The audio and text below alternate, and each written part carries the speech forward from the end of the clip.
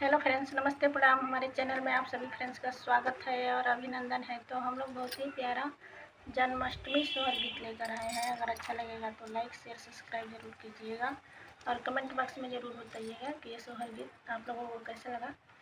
तो कृष्ण जी के जन्मदिन बहुत जल्द आने वाला है, तो आप लोग पूरा फुल सपोर्ट कीजिएगा।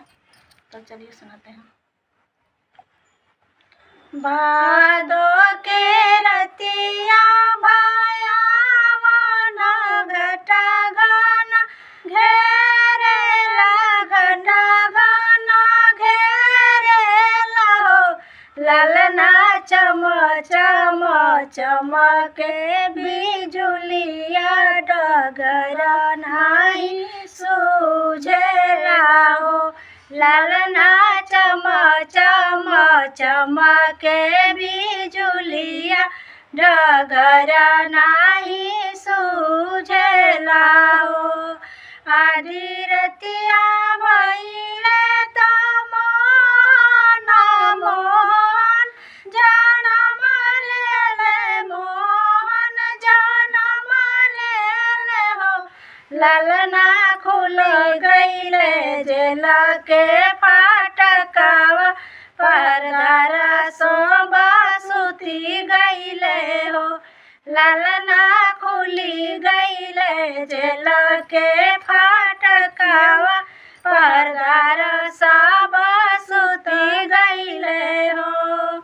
सुप में से गड़ला टकावे तो यमुना में डालेले, यमुना में डालेले हो। ललना यमुना के जल भइले थोरा, वासुदेव पार भइले हो। ललना यमुना के जल भइले थोरा, वासुदेव पार भइले हो। पहुँचले गोकुला नगरिया, तो नंद के भवन पहुँचे हो।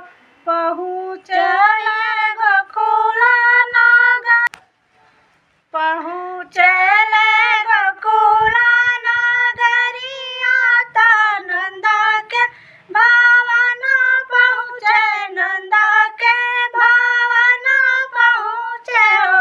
ललना यशोदा के गोद में सुतावे, तो धिया ले मथुरा अइले हो। ललना यशोदा के गोद में सुतावे, तो धिया लेके मथुरा गइले हो। भादो के रतिया भाया वन घटा घना घेरेला, घटा घना घेरेला हो। ललना चम चम चमके बिजुलिया, डगर नाही शोभेला हो। ललना चम चम चमके बिजुलिया, डगर नाही सूझेला हो।